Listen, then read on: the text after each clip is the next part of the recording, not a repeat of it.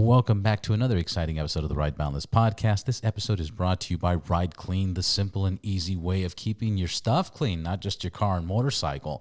You simply shake, spray, and wipe, and it's magic. You'll get a mirror-like finish, UV protection. It's made and bottled in America. Check them out at rideclean.co. Use promo code RBPodcast for 20% off, plus free shipping. Plus, they're including a 2-ounce bottle and 4 ounce of hand sanitizer. Check them out, rideclean.co. On this episode of the Ride Balance podcast, I interview Litco founder and cannabis mogul Resek, a.k.a. Rez, a.k.a. my boy. He is a multifaceted artist, discusses his journey to success, marketing secrets, and his out-of-the-box entrepreneurial endeavors. Ha! You don't want to miss it. It's a modern-day genius. Litco is the biggest cannabis dispensary in downtown Los Angeles, next to the Staples Centers. If you stand at a certain angle, it almost looks bigger than the Staples Centers, and it soon will be bigger than the Staples Centers. So join me on this ride because it's a good one. You're going to enjoy this.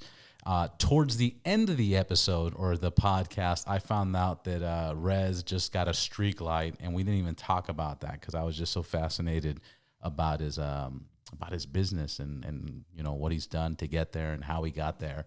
So I want to give a shout out and say thank you, Rez, for letting me do this, and I want to let you guys know it's a very cool, intricate conversation. So here we go.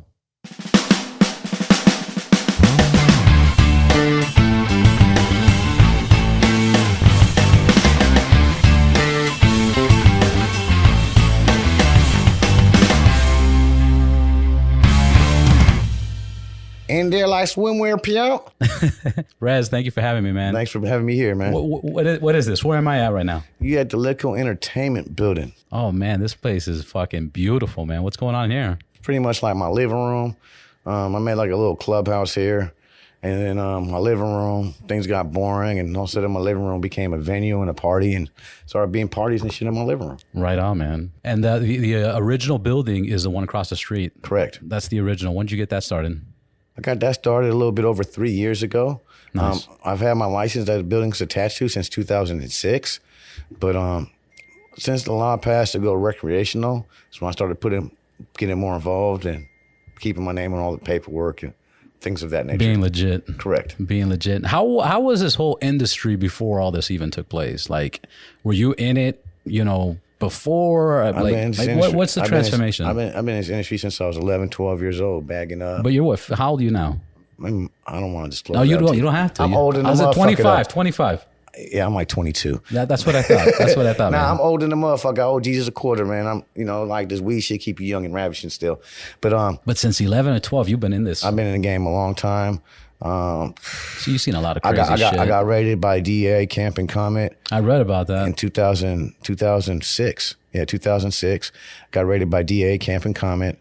They came with the helicopter, motherfuckers with machine guns down the rope. I've been through it all, pimp. They done killed my dog over this weed shit. Fuck. Try to kidnap my son, my wife. Full on bang outs, everything. Anything you could think of over this weed stuff, I've been there, I've been through it.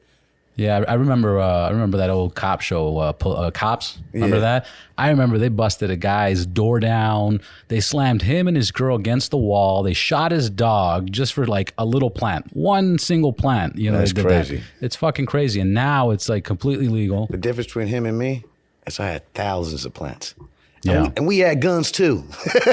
Yeah. But all our shit was legal and compliant. We got our shit back in the end. It was an expensive case we had to fight. But it is what it is. Yeah. And you used to live in the Bay Area too, right? Correct. I was in East Oakland for about 15 years. Nice. Yeah. You miss the Bay at all? I sure do. I love it out there. I know, so do I. I lived in Santa Cruz County, and then I lived up in Frisco, NorCal for a little bit. I'm really from different. LA. LA is my home, right? I'm from Me here, too.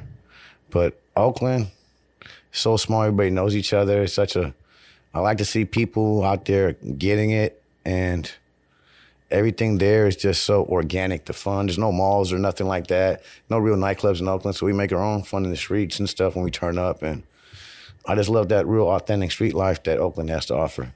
Yeah.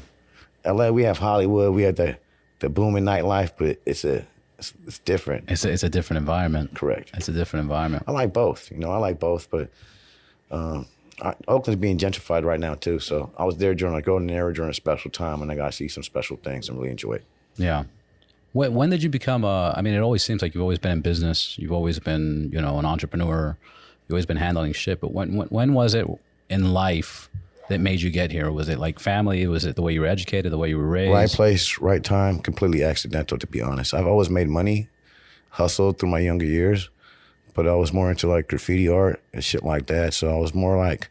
Were you making money off the graffiti art or just as a hobby? No. I was hustling, selling drugs so I can go do graffiti. Yeah. You know what I mean? So you buy paint? So I could buy paint or come up on paint so I could travel, pay for hotels for crew members. We can go out there and paint and do stuff. And as I got older, and I still kept on painting, I figured like the weed shit was a way to sign myself with the painting. I destroyed East Oakland on the graffiti shit.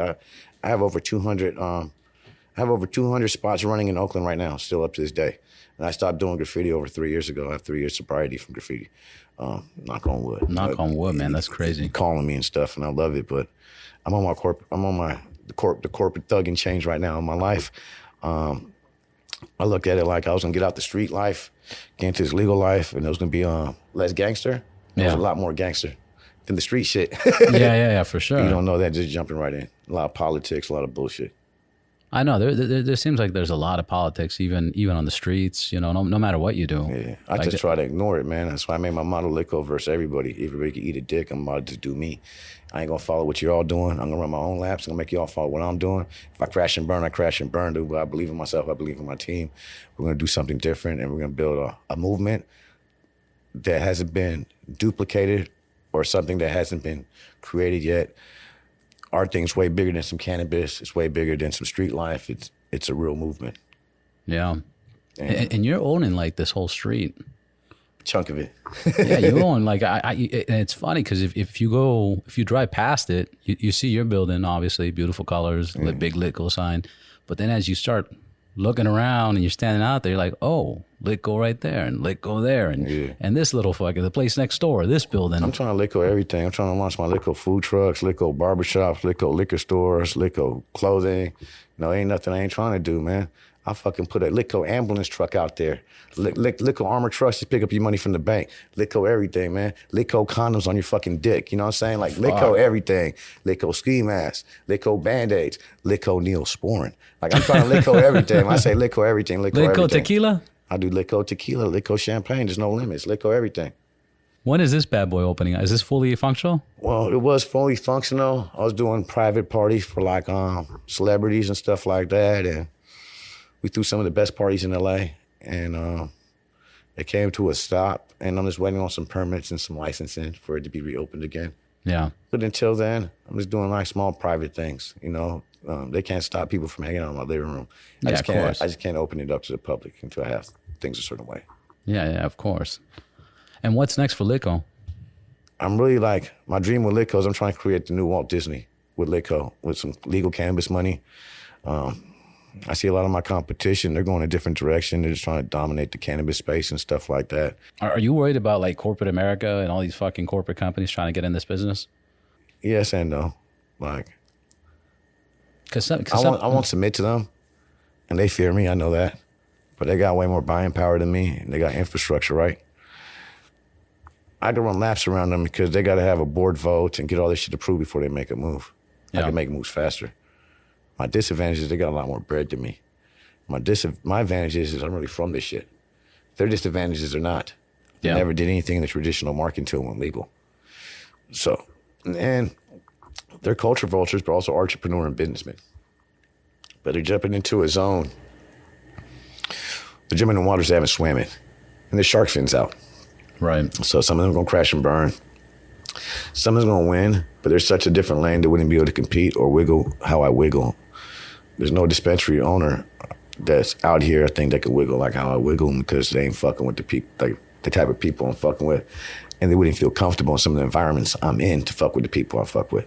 And I'm right at home in those type of environments because that's where I'm from.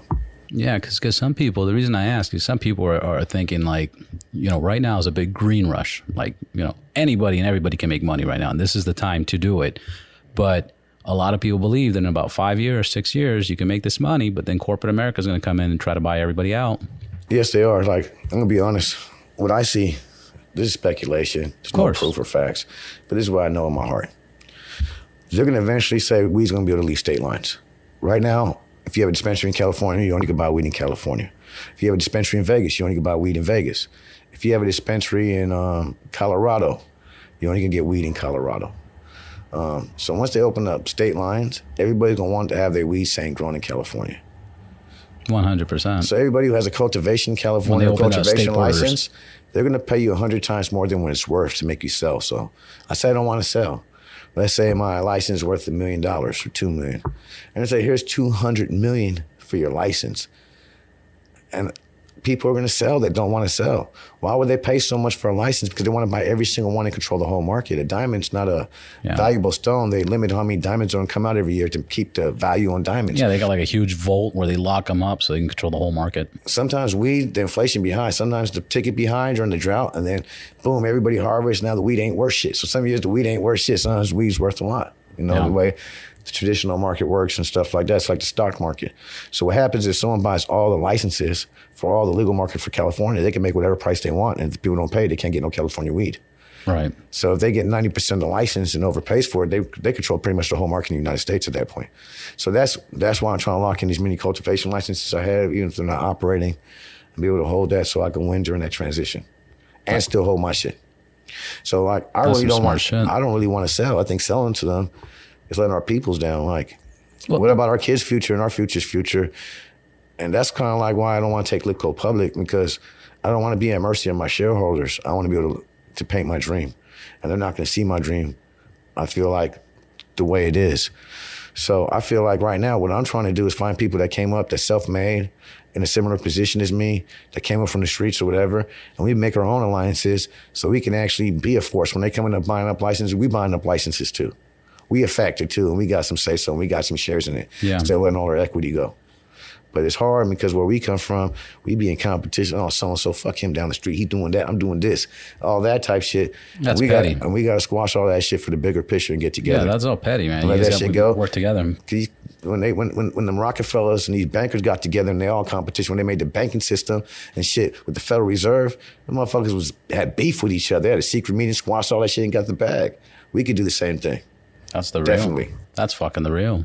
Who are your biggest competitors? Who are your biggest competitors right now? Are you worried about them? Not worried about them? I don't think I have any competition. You know, people will say so-and-so is your competition, this your competition. My vision and where I'm going, dudes, are not going where they're going. They're just comparing me on some cannabis shit, but they haven't seen what I'm about to launch or what I'm about to do. I don't think a lot of people know what you got going on and what you're doing. I mean, your social media game is insane. Fucking love that. And that's, I guess, well, obviously you're only showing people what you want to show them. But like, what would you say? That's the tip of the iceberg? That's like 10%, 5%? I put it like this. The stuff you see on social media, my real shit I don't put on social media. Yeah. Because my real shit I'm trying to get money with. And once it's on social media, it's diluted and I can't shop it. I can't get a big network to give me some M's for it. Yeah. So I spoon feed some shit on social media, but there's a lot of shit I'm working on that no one knows about. It's a lot of shit that they're going to see. I believe in showing proof. So with that being said, I don't like talking about shit, I like being about it. So instead of me saying, I'm gonna go do this over here, one day you're gonna wake up and bam, like, oh shit, he did that. You know, and I look at it like you don't have dreams, you make them, so no one's gonna make my dreams come true but me. And me taking baby steps to make my dreams come true. Let's say me and you have the exact same dream. Let's say we work together. There's only so many words in the English language where we can say the exact same thing, but it could be painted completely different in your head than my head. Right. And I said, I thought we were tracing this dream together, and you'd be like, boom, and you break it all down to the words. I'm like, damn, but that's different than my shit, but it sounds the same. Right. So it's just like, what makes me different is I'm real hands-on. It's my weakness. My weakness is pros and cons. It's I'm here every day, fucking with the people, fucking with the community. 7 days a week, team no days off, going hard. And I don't have to do this shit. I don't have to come to work. I got people that can run this whole shit for me. I could be at home smoking blunts, doing whatever the fuck I want, doing anything I want.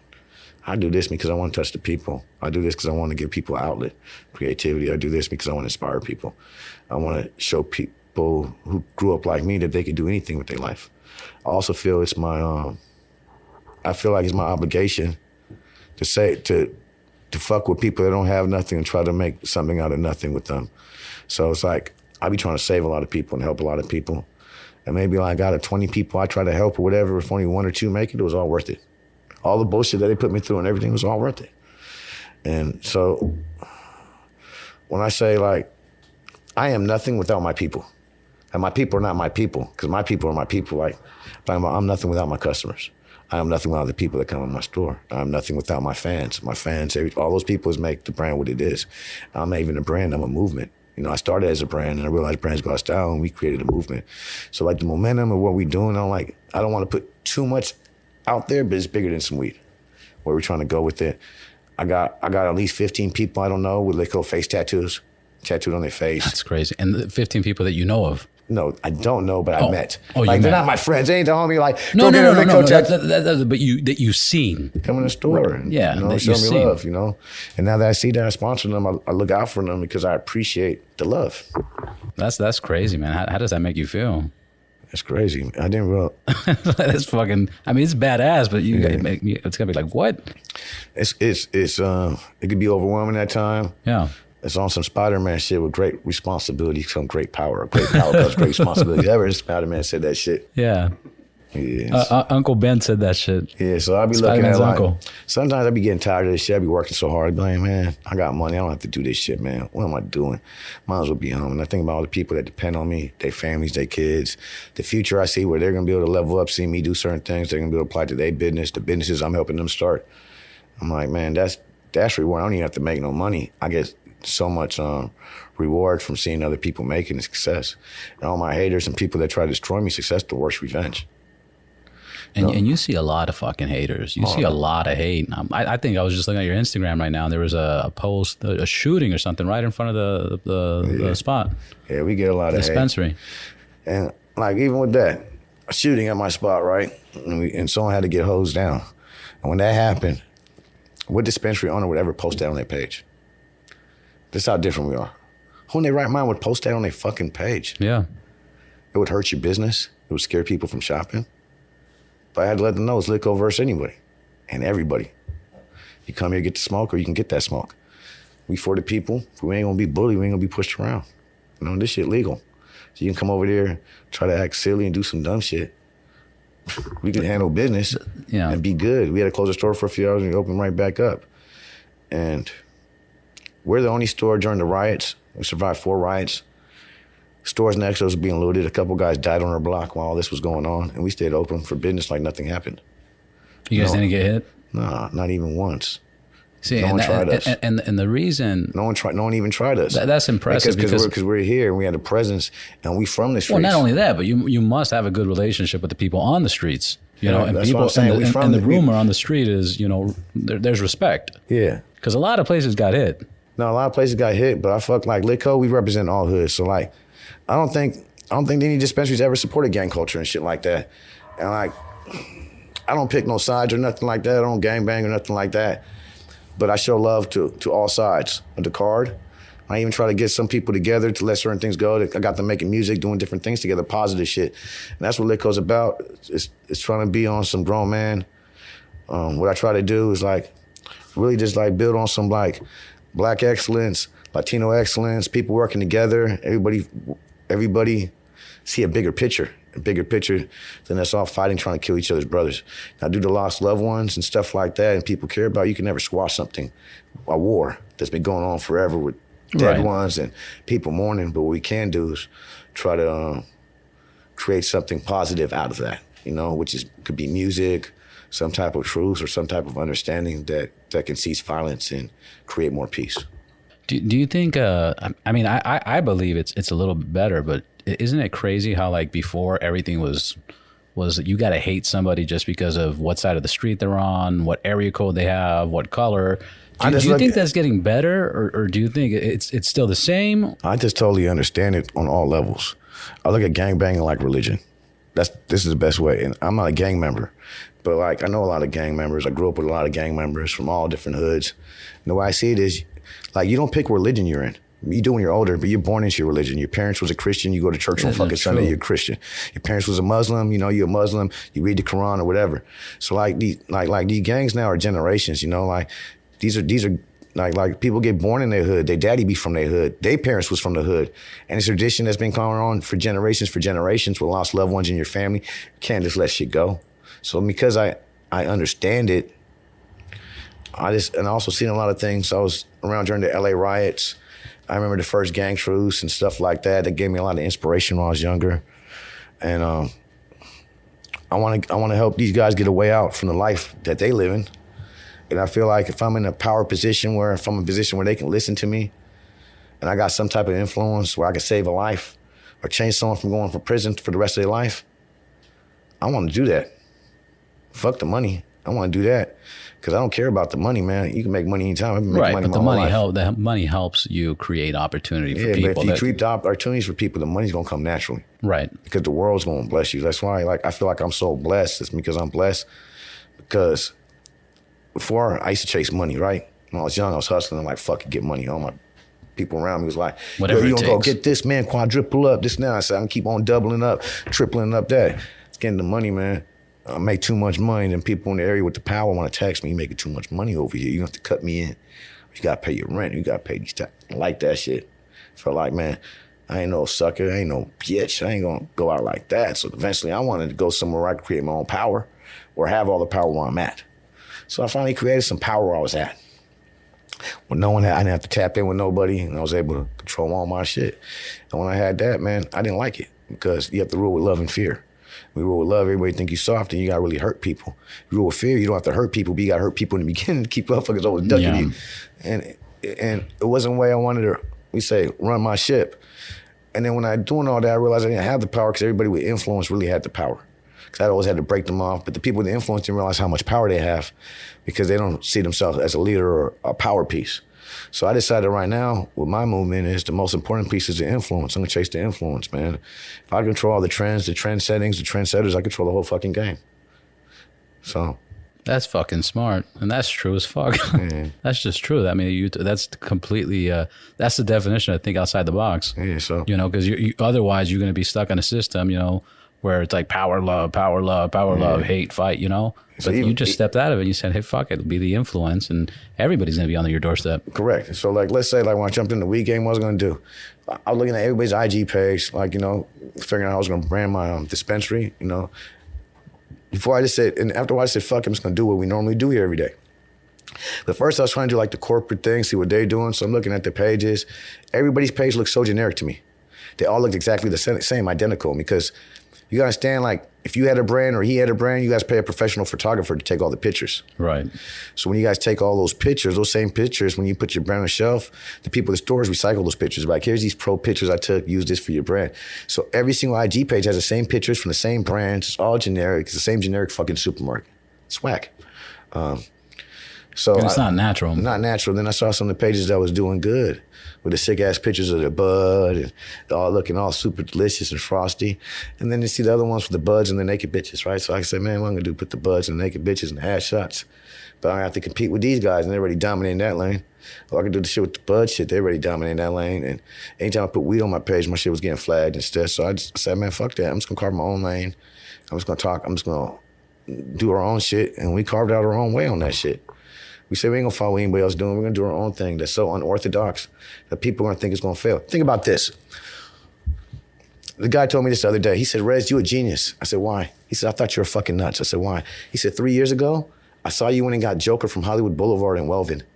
And like Welvin was sleeping on the streets and we brought him back. And who would have thought like Welvin and the Joker, you'd be able to do all this cool shit with them. We thought you were nuts. Like you have a cannabis dispensary, you're talking about the Joker and the D's Nuts guys gonna make that shit pop?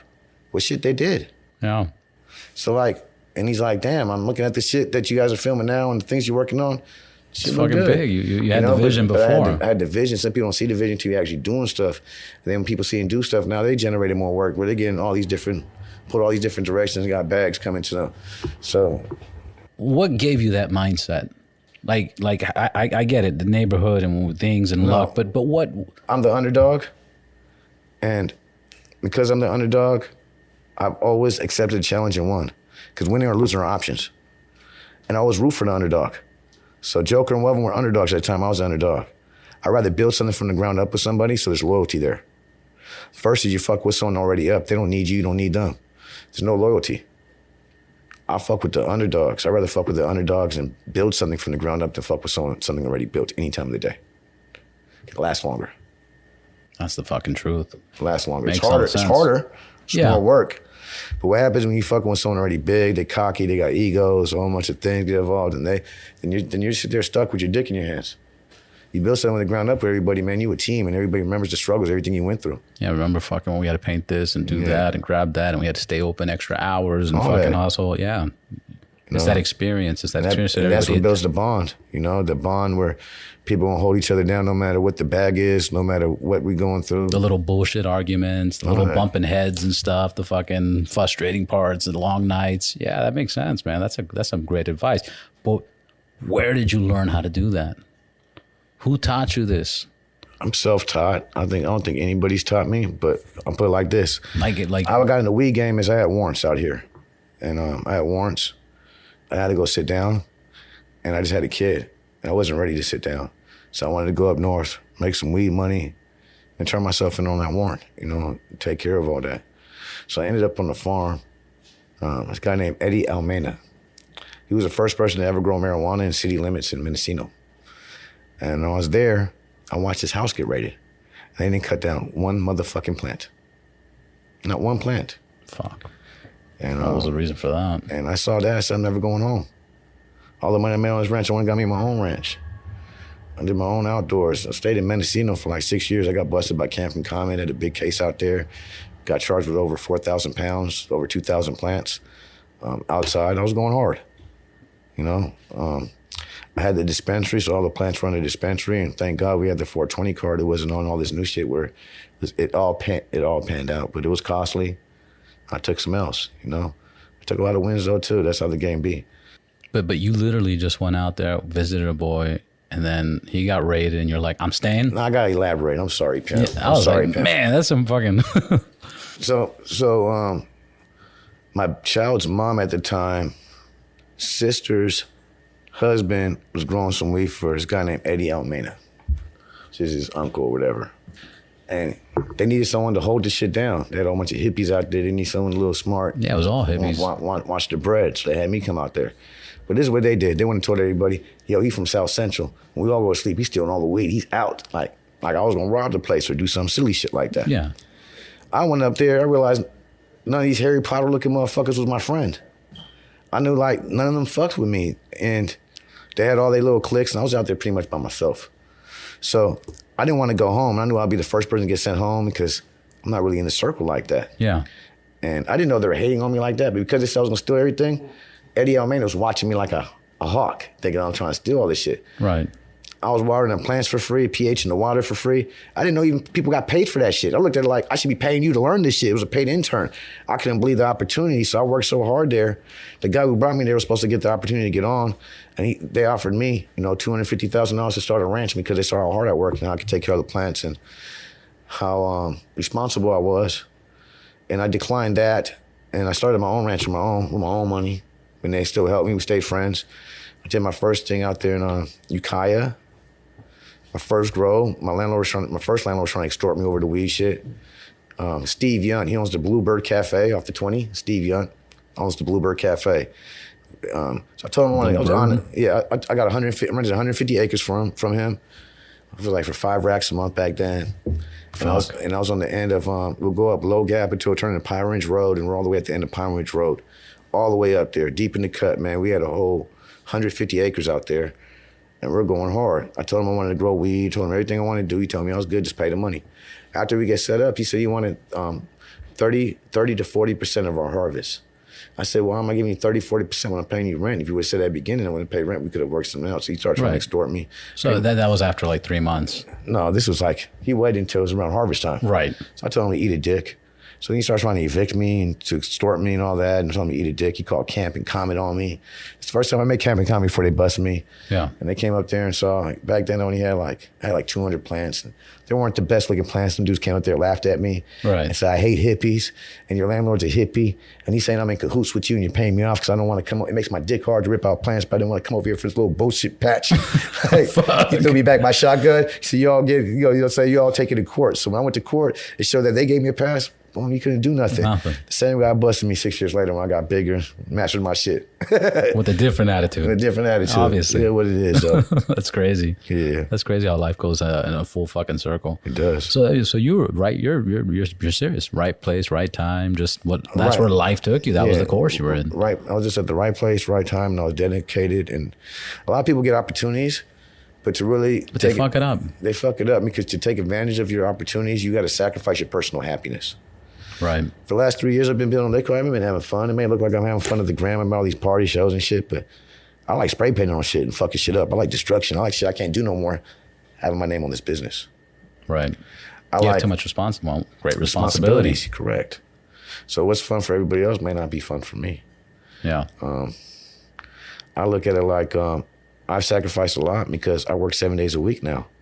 I ain't took no vacations. I haven't done that. And I could put people to do what I do, but they're never going to do it like me. Yeah. So I just got to do what I do. And that's when shit fucking starts collapsing. Yeah. So I look at it like I'd rather work But 7 days a week, you can't 24 run hours all a the day. spots. Oh, no. I can, but I can't. Does that make sense? Yeah, it makes sense. But like I Kind can't. of. I used to have a problem when I used to have like these big ass grows, like these a lot of big spots, right? And like we fucking want like a whole bunch of 30 light rooms or 100 lighters and stuff. It's a lot of work. And I used to hire help, right? And I have to go train to help. And while I'm training to help, it's like, why am I even paying you? It's like I'm doing it all myself anyway. You know what I mean? It becomes like a mind fuck. And then like hiring growers is always the hardest thing because everybody says they ain't master grower. They can grow weed so good. They grow weed so good. How come they not growing weed and need a fucking job? So it's always lies.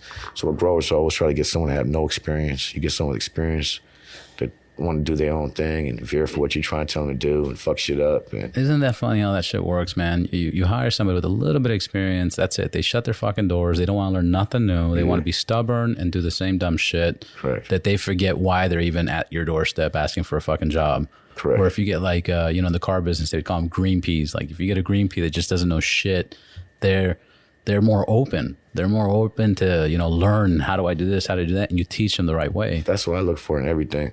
Because like I own a corporation and everything, but our structure is a lot different than a corporation. Like we don't run we're a movement because we treat our people different. We're our people because we a movement because we all one. Yeah.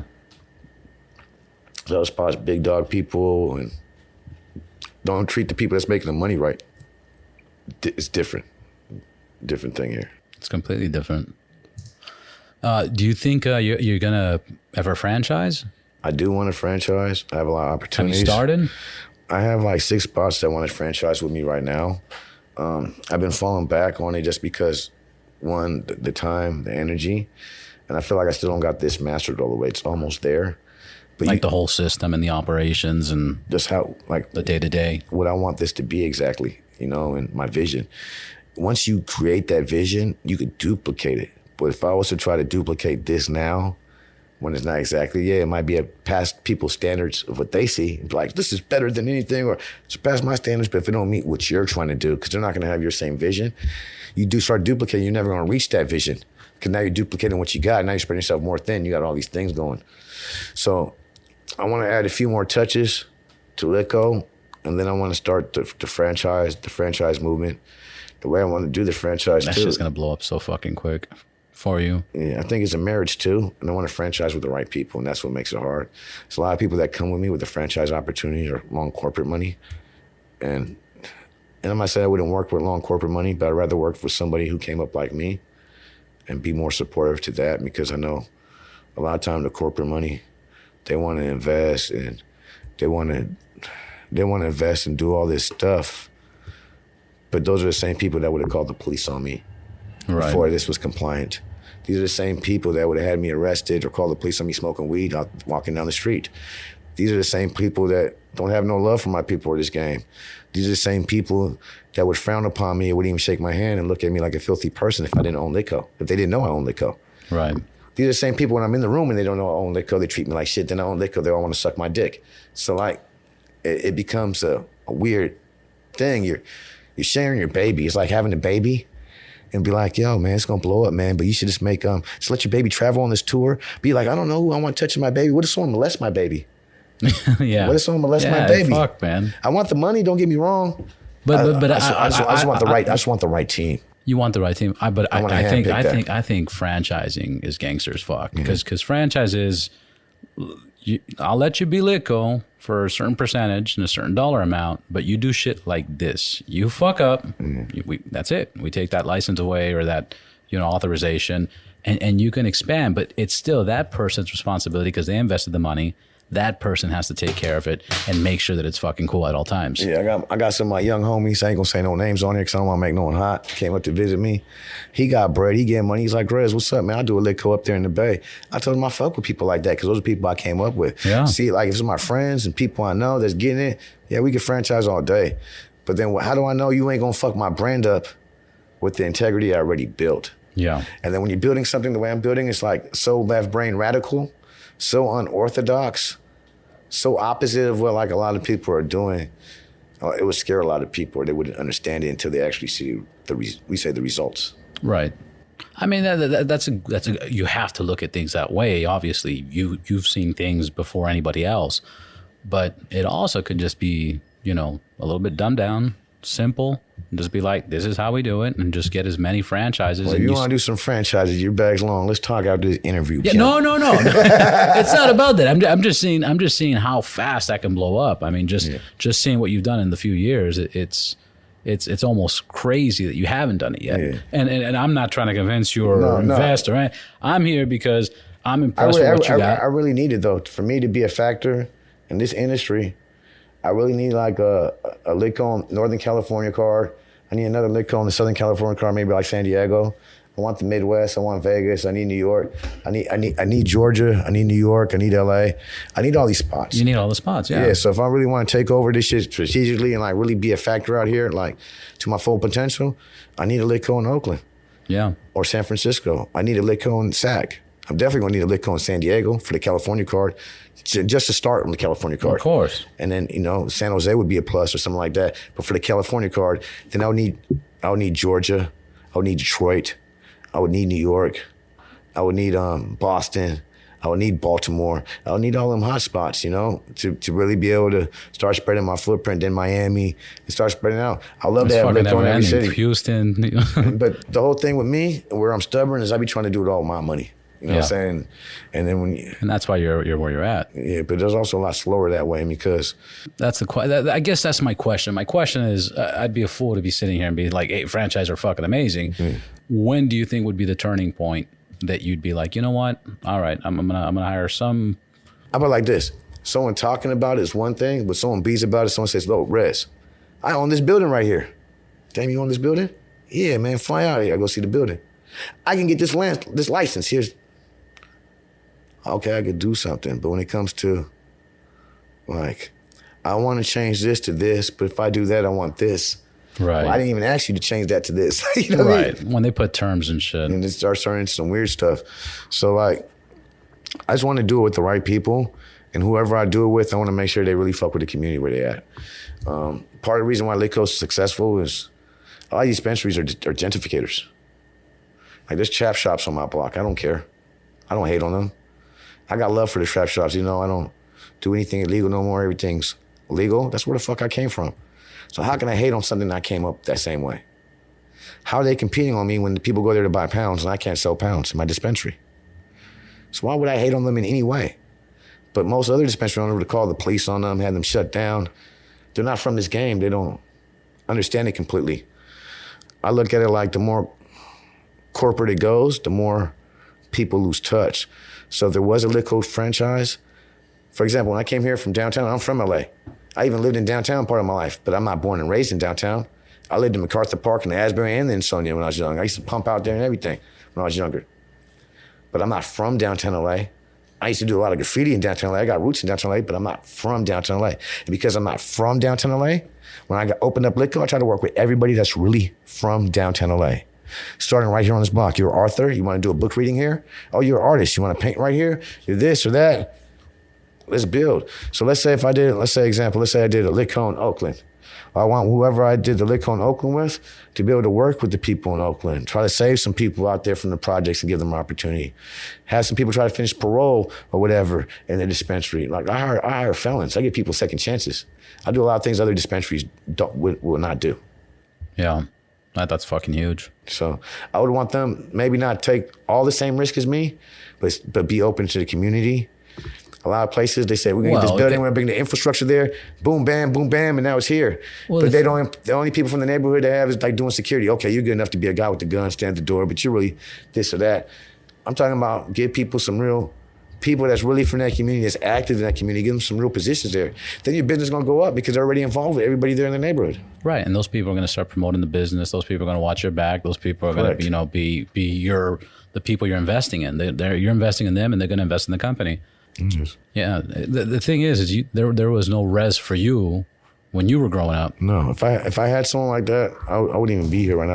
I would have been retired. Right. But how many people that had similar opportunities and didn't make it?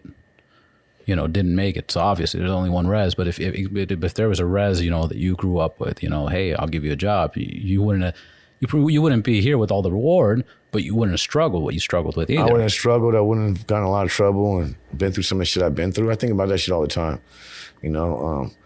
But also I think about all the pain and shit I went through and things that I thought was like punishment in my life was blessings because it trained me and brought me to this day. All the terrible things I've done to people, I did that to learn that side when people try to do that to me. So like some of the things I regret in my life, some things I'm ashamed of, I looked at those were all blessings to help me here with what I'm doing now today. So I understand all sides of the coin and the card. Do you live? I mean, it doesn't seem like you live with any regret, or like, do you live based on the regret? Like, they say. You really want to know how I live? I'll tell you right now. I live like every day's my last, and I live like I know for sure death is gonna follow. Death is promised. That's the only thing we promise in life is death. We're gonna fucking die. Death and taxes. Death, and we're gonna die, and death's gonna follow. Death. Every breath I take, death's getting closer and closer. Like, we age, motherfuckers die. So my whole thing is, when I'm gone, well, how am I going to be remembered? How long am I going to be remembered? What am I leaving for everybody else? What's the legacy I'm going to leave behind? That's fucking deep. And that's what I think about. Cause then it becomes not about money. It's about a movement. It's about your It's about a movement, and that's what you've done. Yeah. That's what you've done. So that's fucking huge. You did how was the graffiti when you were jumping in that as a child? I love graffiti, man. Graffiti's what made me rich. Because you did graffiti, you did artwork, and then you did music too, right? Yes, I did graffiti. I did music when I was younger, and that's also like I got a lot of artists that want to sign with me, do certain things, and I work with them a certain way because I understand it. Because when I used to do music, I used to feel like certain people would play with my dreams and stuff, like eras of music change. You have a certain limit to do stuff. So I would hate to sign somebody. I can't deliver like a major and then someone shelf and miss their era. So my whole thing, how I work with a lot of my artists is I just try to give them a platform. I don't sign them. I ain't really even get nothing from them really. You know what I'm saying? Yeah. But you're just I'm trying to see them blow up. I'm gonna get something from them by seeing them as their success. That's the reward. Seeing someone make it that's struggling, couldn't pay their rent, couldn't take care of the kids they wanted to, and then you seeing them be able to get their kids everything they want, and all that shit's legal, and all they saw in life was death, the penitentiary, and shit like that. That must be a mindfuck. That's rewarding to me. Yeah. And then if they blow up off the Litco umbrella, they can always be loyal to Litco. Even though Litco didn't make no money with that doing that transaction, they're always gonna come back and show Litco love because it's where they got their start at.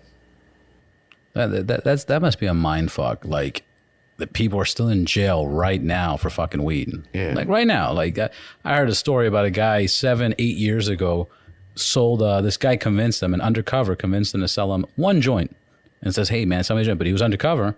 He went to jail. They gave him a 10-year sentence. That's crazy. Fucking for one joint, and now it's legal. And I kind of heard that's the whole reason the federals kind of like. They don't know what to do because if they open it up, there's going to be a lot of lawsuits. Well, it's not. It's like all them Rockefeller walls, all them people that's sitting down for all that stuff, they're going to have to let home. There's going to be a lot of lawsuits. There's going to be a lot of people that's going to come home, especially in New York. New York's already there because New York's pretty much legal right now. Yeah. You could hold 5 pounds in your house. You can walk around with 2 ounces on you in New York right now. That's where I'd love to get the next Litco, to be honest. If I was to do any expansion right now. New York? Man, fuck California. I already got Litco here in New York. You already got it down in lockdown. Yeah. I got one more question. Is it harder? How long have you been a business owner in all your businesses? I look at it like, how far can you take that back? well, I can take it back to when I was 11, 12 years old when I was getting fronted a few ounces. You know what I'm saying? Like, Yeah. Well, that's a business. I'm 100%. business. I gotta be accountable for everything. I don't pay the guy. He fucked me up. Whatever. Like, Yeah. it is what it is. No, it's a business. No, my question is more towards being a black business owner. Like real business, legit business. Real business. What pushbacks do you get? Is it a disadvantage being black, or is it the same shit as everybody else? Are they rougher on you? Like, or that has nothing to do with nothing. Fucking business I is can business. say I can say yes on all three questions. Yeah. No, So I know, but right now, like, I'll elaborate. So me being a business owner, looking the way I look, a lot of people don't even think I'm the owner of Litco. right. Or I have Litco, which is cool because I get to see people's true colors, how they treat people before I introduce myself. 100%. A lot of times, though, I have a lot of jewelry. I have the big bust downs. I have fancy cars, all that shit. But I'm at a point in life where I don't care about that shit right now. I try to blend in as much as possible. I'd rather pull up in a 2000 Corolla with dents in it right now because I could be on the block with everybody and just not look too crazy. And I could be up in any projects, building with people and stuff like that, not looking like I'm trying to big dog everybody. Right. I bought all my, this is what fucked me up. I bought all my jewels and my chains as like a trophy when I made a certain amount of money. And when I bought it, I went through all of my, like a lot of people I was trying to inspire, people I was coming up with. I'll pull up on them, shine all my drip on, jump out the whip. And I did this to inspire them, to show them they can do it too. If I just dropped 150 on a chain, you could drop 150 on a chain. You know what I'm saying? I drop 50 on a watch, you could drop 50 on a watch. Get this money. The money's here. You all see me over the place. You see me make it from nothing. But instead of getting the inspiration from that, they felt like I was trying to big dog them, or I was trying to shit on them, or yeah, people take it different. They'll tell you something. They took it the wrong way. And so I realized I've been able to help more people without all that. Like, you know, the bling and all that shit's cool for like the deal closing shit when you don't got money and you're trying to get on and you motherfucker got the big bag and boom, I got the bust down, I got the big chip. I'm getting money too. See the deal closing car, I got the deal closing chain, deal closing bitch for the deal closing house. Yeah. All that shit's cool when you're trying to come up, when you got shit already. You fake it till you make it. Yeah, you don't need that shit no more. So it's like I have all that shit, but like, I'm at a different stage in my life. I want to be able to walk down Skid Row without no security, without no gun on me, without any weapons, without worrying about anybody trying to take anything from me, where I could just move, without me having to move so alert, where I could really interact with the homeless people down there, the people. I can sit there and blend in. And I can see how regular people are being treated, not just how I'm being treated because I have a business. I feel like all the dispensaries in LA, the beginning of them, a lot of them were all black owned. That's what a lot of people don't know. So in 2006, when I opened Mad Lion had one. It was one of my neighbors. A lot of people had them. What happened was a lot of people sold prematurely. They didn't see the value of the long run. And this is way before it went legal. I'm talking about they sold early 2000s and stuff like that prematurely, and then there wasn't a lot left. And then, you know, like a lot of people came in and started really controlling and dominating the market. And there's a few of us that got business in the cannabis space or the cannabis field, but I do have an advantage for that. A lot of these artists and stuff they want to fuck with me because where I come from and who I am and what I have versus somebody they can't relate to that has the same things that I have. So it works out as a pro and it works out as a con. And then I have corporate people that'll try to shit on me or not want my crowd at certain events because my crowd is kind of rowdy. Right. Whatever it is. You got the influence. You are the influence. Yeah, so it's hit and miss. And we don't need that shit. We throw our own parties. We do our own events. And that's the whole thing with Litco, is to be self-contained, self-sufficient with everything. That's fucking amazing. And that's the goal. Last thing, what would you, to the young kids, to the kids under like 15 years old, what piece of advice growing up in you know, this is what I love downtown. to tell. This is what I love to tell any kid, man. How can I say it metaphorically? I gotta explain it. A lot of times in my life, I was real close to even being a lot more successful than I am right now. And I got so close. I didn't see it until I got older and was able to admit it. I got so close, I was right there. But as I got closer, it got a lot harder. And when it gets a lot harder, it's easy to quit. And once you quit, you gotta start all over. Your buzz is gone, complete, kapush. And why did I quit? Is my loved ones, my family, the people that was the closest to me didn't support me. They didn't believe in my vision. They didn't see my vision. The closer I got to success and making that vision real, they told me it wouldn't be real. It wouldn't work. And I started believing that shit. And once you believe the haters hating on you, you don't have a fucking chance in the world. It's done. It's a wrap. Yeah. You got to believe your own bullshit so much it becomes real you can touch it. You got to believe your own bullshit when no one else is going to believe in it, because no one's going to believe in your shit unless you believe in your shit. And if you don't believe in your shit, you can't believe it enough for it to become real. And you'll fail. Exactly. Over and over and over So the way again. the game works is when you build something, you're chasing your dream, it starts out real easy. You're walking down the street. Then all of a sudden there's a small incline. You're walking up like not a steep hill, a small hill, and then the hill gets steeper. Then all of a sudden you're climbing cliffs, and then rocks are falling off. You're about to slip and lose your life. And then you'd be like, man, fuck this. I quit. I'd rather go do this. But when you're losing your footing, you're already at the top of the mountain. You're about to step over the top. You might lose your footing. Then you're going to go back to a hill and then walk. You're right there at the tip of the fucking top. But I didn't see it when I was there a few times in my life. Yeah. And as I got older, I realized Or somebody offers you an easier path. They're like, hey, get off that fucking rock. I got you a job over here, and people quit. In my life, in my world, the biggest thing that'll lead to your unsuccess is your friends and your loved ones. I hate to say it like that because I love my friends. I treat my friends like family. I say it on this fucking podcast all the time. I treat my loved ones like family. All the gangsters I know that died, a lot of them were all killed by their best friends.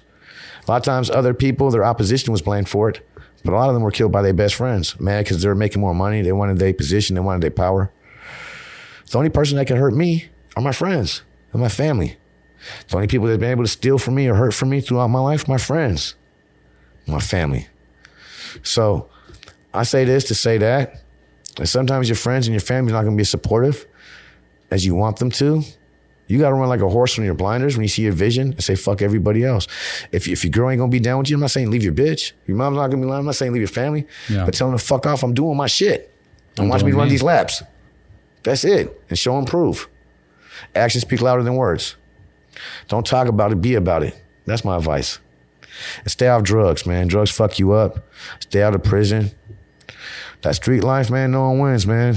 No one ends up with the iron bracelet or the box, the pine box. The way to win right now, it's like it's wide open. Like these kids don't realize they could do anything with like social media and nothing. You could build a brand. You have Amazon. You have all these things where you don't even have to pay rent to have a store. Websites. You could have a digital store. You could have this. You could have that. Whatever you do, don't stick to it. Don't be discouraged. Stick to it and make sure it's in your heart. It's your dream, it's your passion. Sacrifice your personal happiness. Work on it 7 days a week. Sacrifice your personal happiness on something for 2 years, 3 years. I guarantee you'll be a success in anything you do. Fucking amazing. Thank you, Rez. Thank you, Pimp. Appreciate you having me on the show. Appreciate you being on the show.